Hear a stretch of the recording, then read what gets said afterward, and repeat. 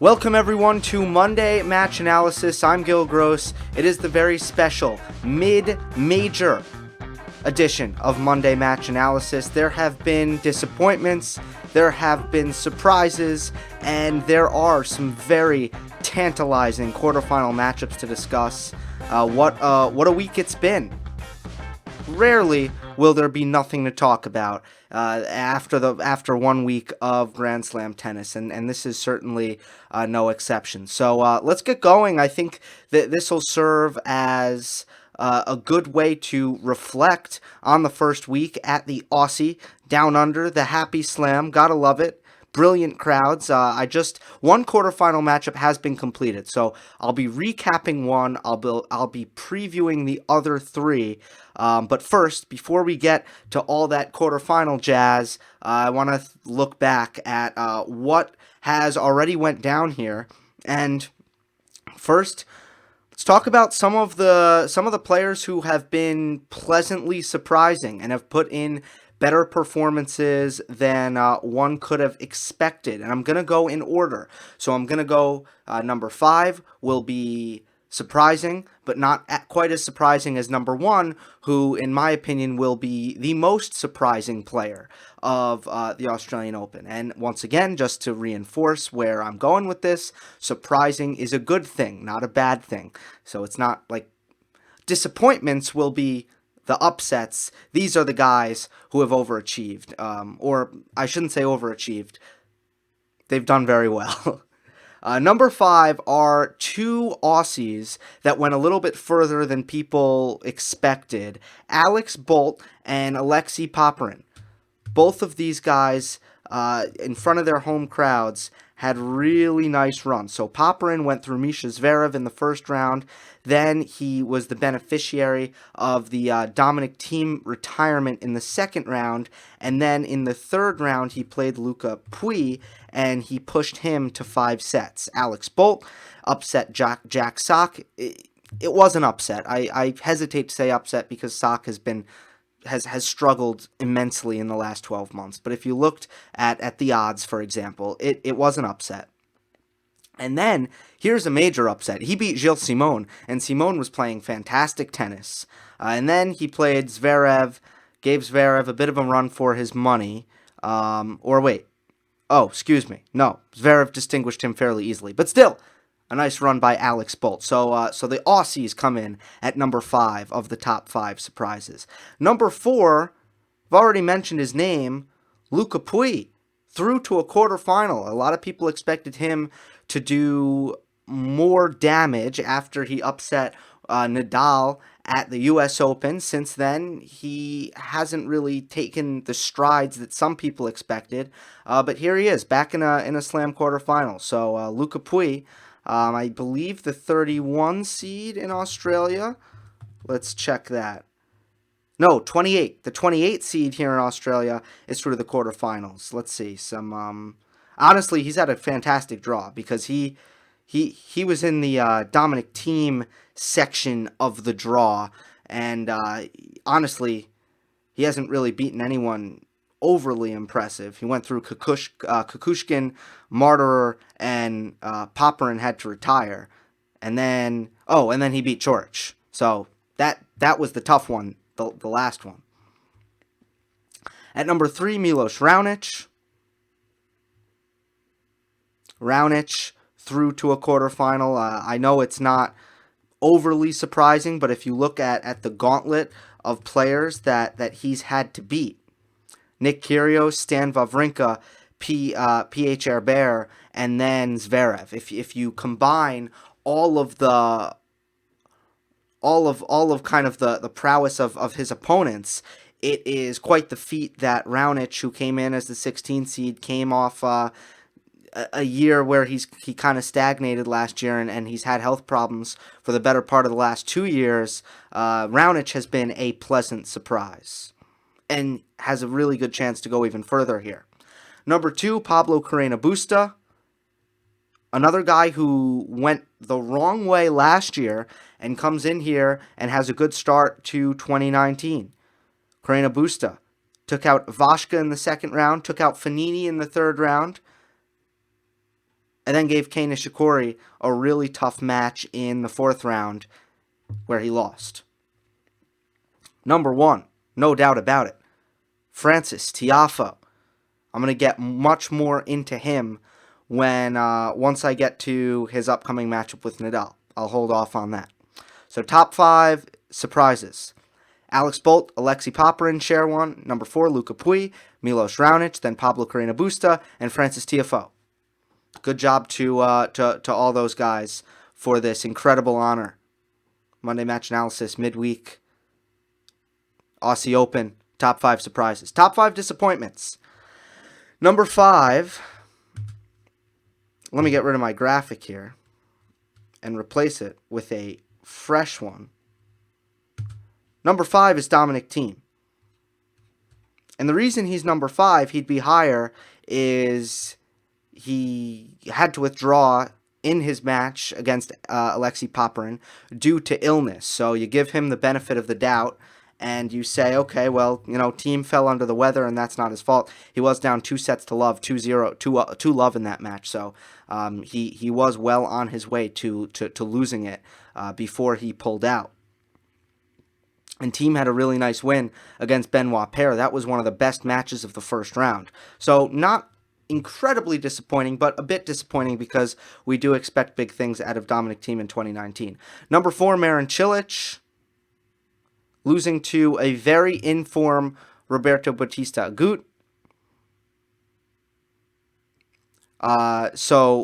He just took out Karen Khachanov, but RBA did. RBA had just taken out Karen Khachanov in straight sets, so he's a great player, but I'm holding Cilic to the standard that, he's going to be a fringe top 5 player in the world. So I'd say an early loss, one at a tournament where you made the finals last year, I'd say that is worthy of making this top 5 list. Although, once again, Thiem, along with Cilic, not incredibly surprising losses, but still, Cilic needs to beat RBA there if he wants to keep his standing as a contender outside the big 3. Number 3, Alexander Zverev. It's not who he lost to. Raonic is a great opponent, but as I said in my video last night, it's how he lost. So that's all I need to say there. Alexander Zverev comes in at number 3. Number 2, the defending champion, 2 years in a row, Roger Federer. Falling to Stefanos Tsitsipas, once again, we might look back on that and say, okay, that actually wasn't that bad a loss. Stefanos Tsitsipas, as of 30 minutes ago, maybe 20 minutes ago, is the youngest player since Djokovic in 2007 to make a slam semifinal. He's the real deal. However, as the second favorite to win the Australian Open coming into the tournament, and Nadal fans, I know you might disagree with that, but that's what the odds said. As the second favorite, I'm going by the odds. Federer losing in the 4th round certainly has to be a top 2 disappointment. It's not the number 1 disappointment because that goes to Kevin Anderson based on how early he lost in the 2nd round. Again, against a guy who is now in the quarterfinals, so it's not like Tiafoe took out Anderson and lost in the next round. But I think Anderson is probably the number 1 disappointment given the fact that he lost to. I'm just giving Tiafoe a little bit more respect or Tsitsipas a little bit more respect than Tiafoe. Maybe those should be flipped. I don't know. It's funny because all 5 of those upsets, you could. I guess Anderson is number 1 because I was maybe it's my personal bias by being very surprised by that match. I don't know. None of those guys are incredibly, shockingly disappointing though. I don't know if you agree, but Anderson lost to. Tiafoe's playing great. Tsitsipas is playing great. Zverev lost to Raonic. Cilic lost to RBA. They all lost to really good players, and then Thiem got injured. So I don't know. It was a good first week for disappointments. They did very well. No one was too disappointing, in my opinion. Okay. Time to move on. I think that hopefully that was a good way to kind of look back on the first week. Let's talk about the match that just went down. Stefanos Tsitsipas defeats Roberto Bautista Agut 7-5, 4-6, 6-4, 7-6. Okay, where should we begin? First of all, both these guys, I think physically were at different points in the match physically spent. I mean, it was really tough, but both of them have spent so much time on the court. I'm going to lead with this.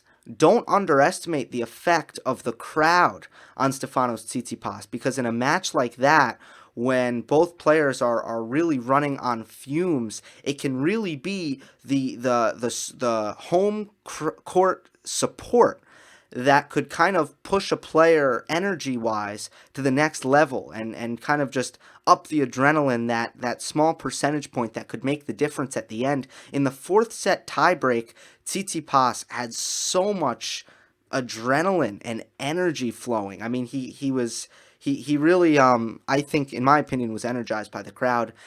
We see players like Juan Martín del Potro in New York, is one of the prime examples. These guys, and it's a skill, they know how to use the energy of the crowd and absorb that and use it to their advantage. So I think Tsitsipas did well in this match, basically kind of catching these second wins, and I think using the crowd as a motivating factor for doing that. Let's see. Bautista Agut was also, though, he had a chance to run away with this in the third set.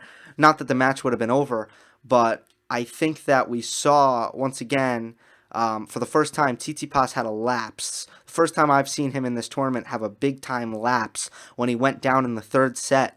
And it's funny because he is just a talented enough player that he was slapping balls around, not thinking, not mentally there, but he only went down one break, not two.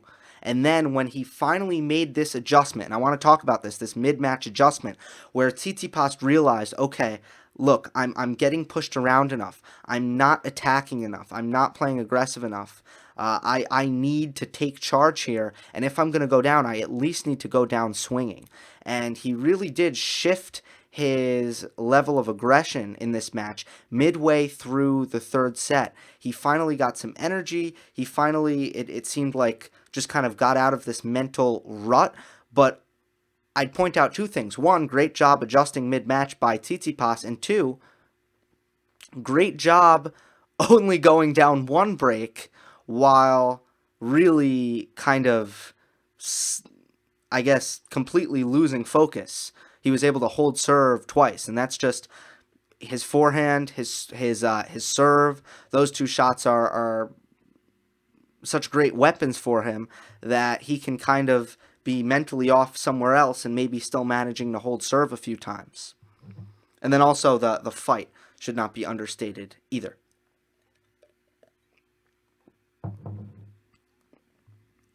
Bautista Agut hit a wall, though, at the end of the third, and then throughout the fourth set.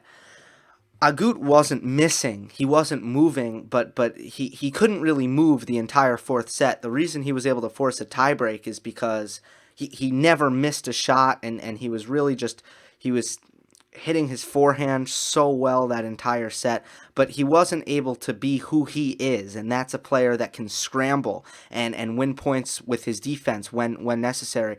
Boy, does he remind me of David Ferrer. Oh my God. I mean, his backhand, it's like a ball machine. His forehand is impossible to read and incredibly precise. And his footwork makes it that so he's generally able to always find his forehand in situations when where it's at least feasible to do so. His serve, by the way, is even better than Ferrer's, in my opinion. So, what a run for RBA, and what a win from Tsitsipas, following up, not having the Federer hangover. I mentioned he had the lapse, but just overcoming that. I mean, he continues to show the qualities of a champion. He does.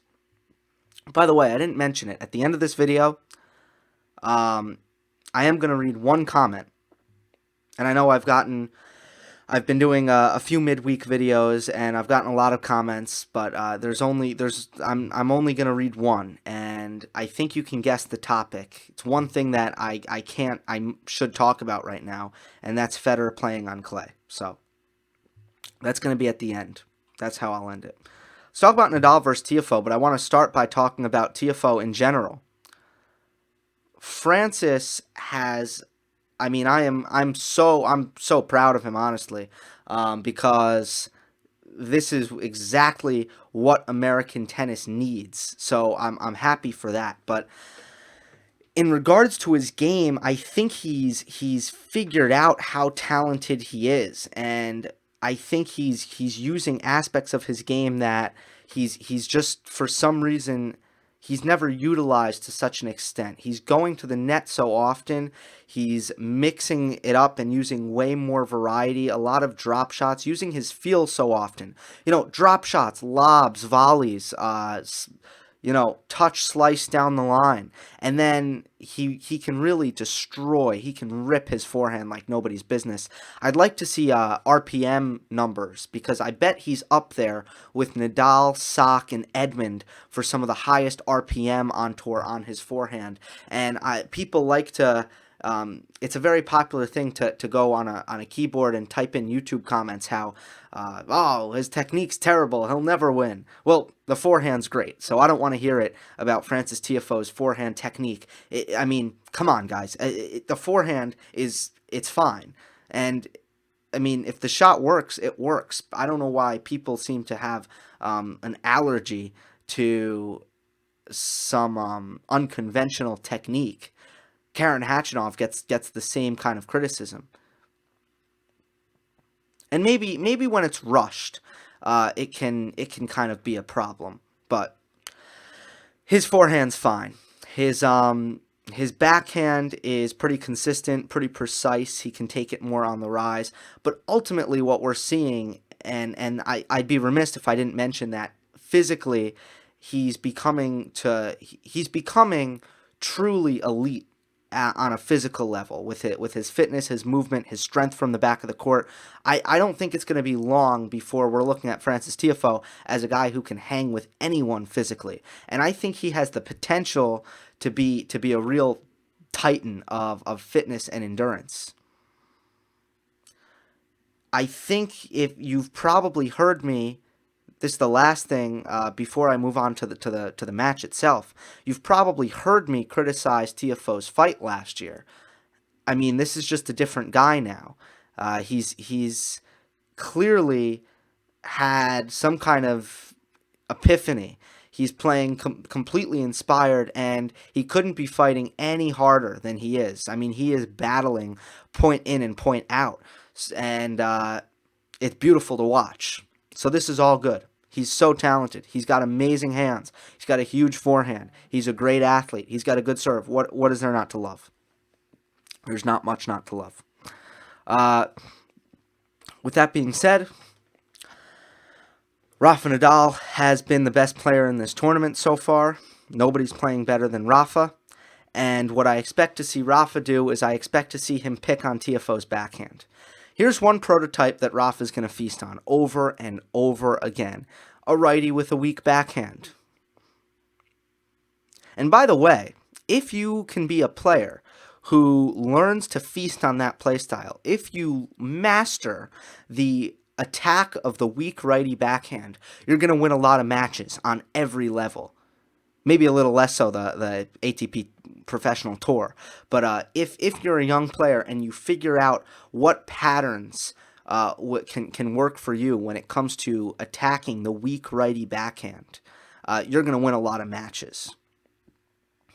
And without going into more detail than that, Rafa Nadal is obviously a master at attacking the righty backhand with his heavy topspin cross-court forehands, which kick up off the court. Not as much, by the way, on this surface. But I don't really think it's going to be about the kick. I don't think it's about how high the ball kicks up. I think it's simply going to be about the fact that Tiafoe's backhand isn't a very heavy shot. And I just think that, similar to what Rafa did against de Minaur, he's gonna attack the Tiafoe backhand, and he's gonna use his forehand to take advantage of just the lack of heaviness that Tiafoe displays off that wing. Now, a counter to that would be Tiafoe can hit it pretty low. He can kind of skid it off the court, which he does similar to, like, I don't know, like a Daniil Medvedev or something. Tiafoe can keep his backhand pretty low, but for the most part, I feel like Rafa is gonna really pick on that wing, and Tiafoe, he's not gonna be able to do much damage from the back of the court with his backhand. He can crush his backhand, but not on a consistent level like a Djokovic. That should go without saying, or a Stan. I don't know. That's what I'm imagining right now, though. I'm seeing Nadal picking on the backhand wing and kind of just wearing out Tiafoe. Tiafoe is probably going to do a lot of running in this match, probably going to do a lot of defending, and I think he's going to ball out, honestly. I think Tiafoe's going to play well. I think he's going to mix it up. The cat and mouse game doesn't scare me with Nadal. I think Nadal plays the cat and mouse game pretty well. Tiafoe's had a lot of success trying to get creative and to mix in a lot of droppers. Rafa won't have trouble with that. Tiafoe's going to the net a lot. Rafa probably has the greatest passing shots of all time. I know I stirred things up.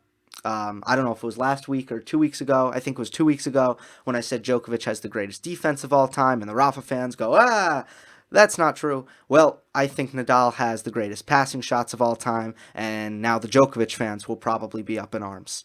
But that's how it goes. So, it'll be interesting. I'm looking forward to it. I think Tiafoe plays well. I think Nadal plays too well. Djokovic, Nishikori, 16-2 head-to-head. I often refer to Nishikori when these two play as Djokovic light, because they play tons of neutral baseline rallies, and there's just nothing that Nishikori does better than Djokovic. He's kind of a miniature Djokovic, and I don't mean that in terms of size, although he is smaller. I mean that just in terms of just the assets. The speed, the flexibility, the backhands, the forehands, the return, the serve. Everything is a little bit worse. And he's the same kind of player.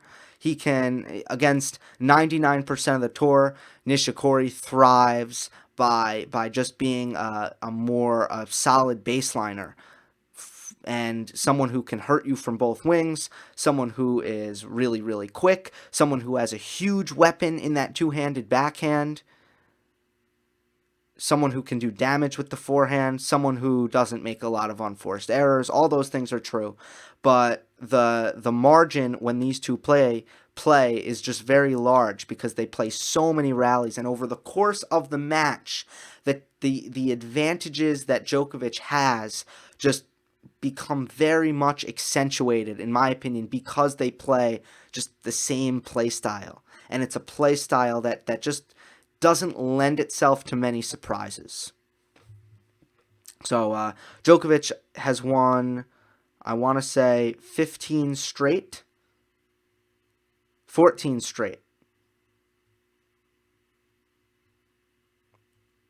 And what I wanted to do, by the way, which I didn't do for the last one, I wanted to go through who everyone's played, just so we can get a sense of that. So Rafa went through Duckworth, Ebden, de Minaur, and Berdych, and didn't have any trouble with any of them.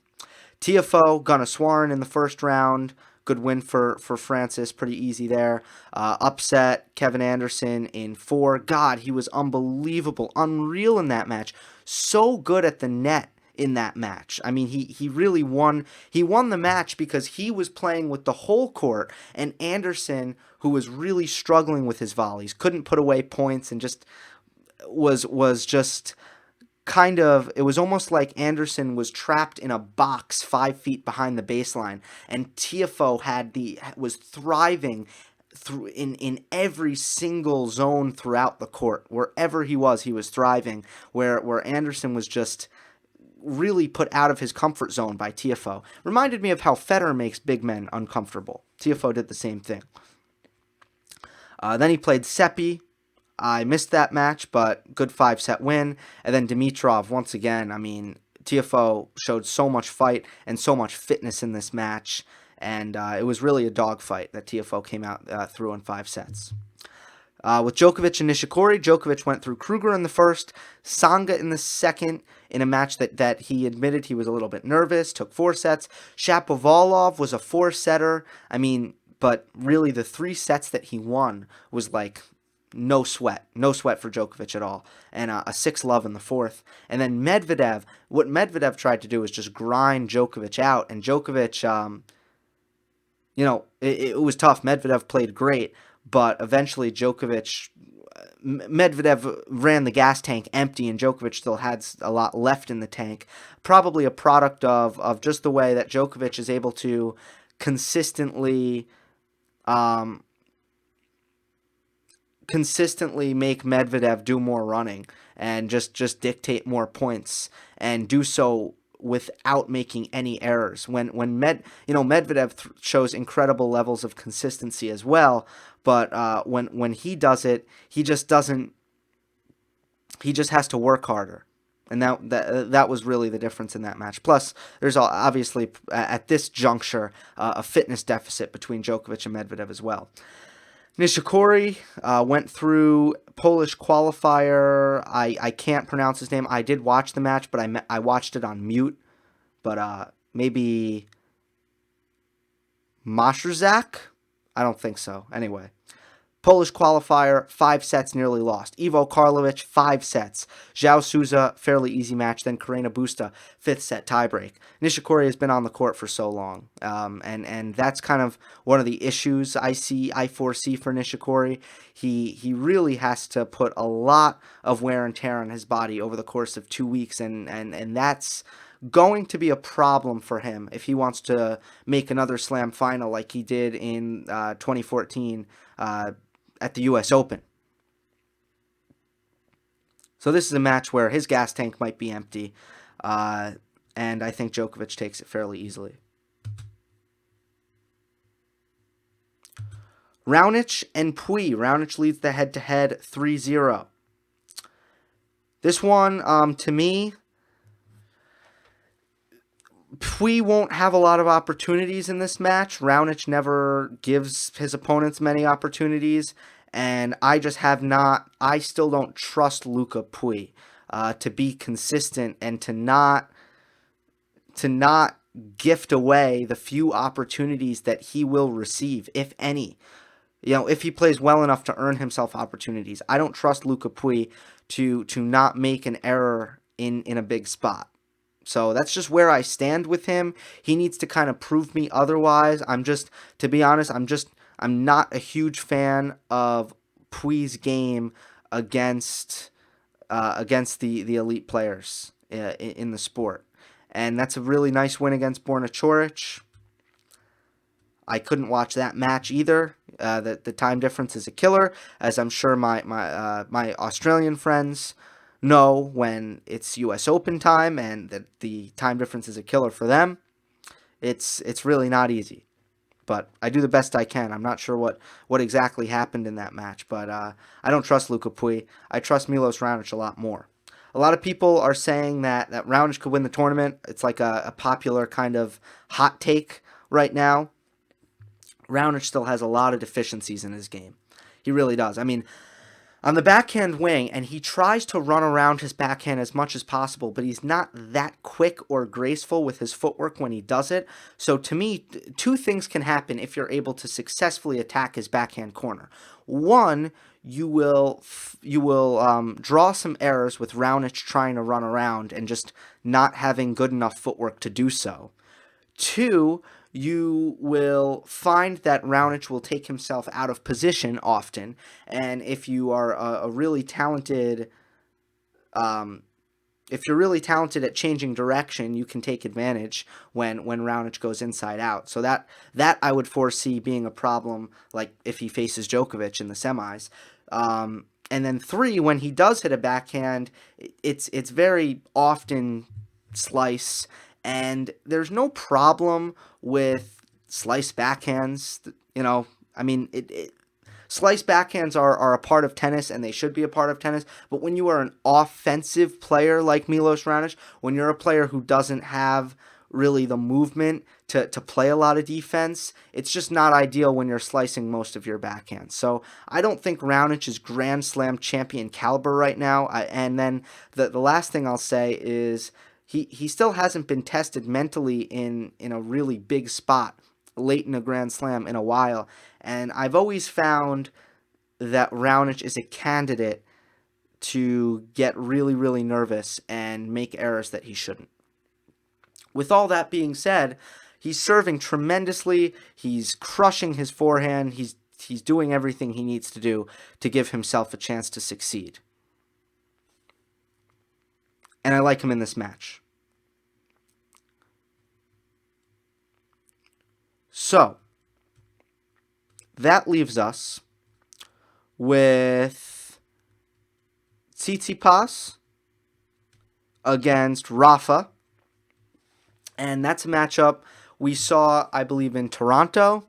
And that's a matchup that, once again, Rafa would be able to. I don't want to preview it right now. I'm gonna zip my lips. That's another video. And then I'd have Raonic against Djokovic. Yeah, I'm really tempted to keep yapping my mouth, but I'm just going to zip my lips. Let's go to Roger on clay before we wrap this thing up. Here it is. Hey, Gill, do you think Roger playing the clay season means that this is his last year? Otherwise, great analysis as always. Thank you, Basil. No, I don't. I think that Roger Federer wants to play clay because he misses the French Open. I think he misses these stops, and I think he thinks it's going to be fun. And I think he's at a point in his career where maybe it's time to. Now, here's what I do think. I think it means he's less confident about Wimbledon because I feel that Roger Federer's legacy is very important to him. And I think if Federer felt that he had a great chance to win Wimbledon if he skips the clay court season, but he doesn't have a great chance to win Wimbledon if he plays the clay court season, I think he'd skip the clay court season because I think he wants to give himself the best chance that he possibly can to win Wimbledon. To me, he probably felt a little bit crappy last year about skipping the clay court season and then getting upset at Wimbledon in the quarters by Anderson after going to 2-0. I know personally for me that would be a bummer, especially if you see skipping the clay court season as a sacrifice. If he has to do it for his body, that's kind of a different story. But it seems to me like Federer was kind of doing that not as a means to stay healthy, but as a means to rest to make a push to win Wimbledon. That's why he always played 2 warm-ups before Wimbledon, right? Which I imagine he would adjust if he plays the clay court season. So I think Roger is doing it because he misses it. What do you guys think of that? It's fun. He wants to go to Paris again. He wants to play the French again. At the end of the day, Federer doesn't need to do this anymore. Federer is only doing this because he wants to. Right? At the end of the day, Federer can hang up the racket right now. He's doing this because he wants to. And I think he just wants to play clay because I think he misses it. Whatever the reason is, I think he'll be honest about it, and I think he'll shed more and more light on it. But strategically, I don't think that there's any reading into this other than to say maybe he doesn't feel so confident that he's the favorite to win Wimbledon anymore. Let me know what you think. Look out for preview videos. And next week it's time to grind it out. Big week, ladies and gentlemen. Let's go. Enjoy the tennis. Hope you enjoyed. Don't forget to subscribe. I'll see you next time.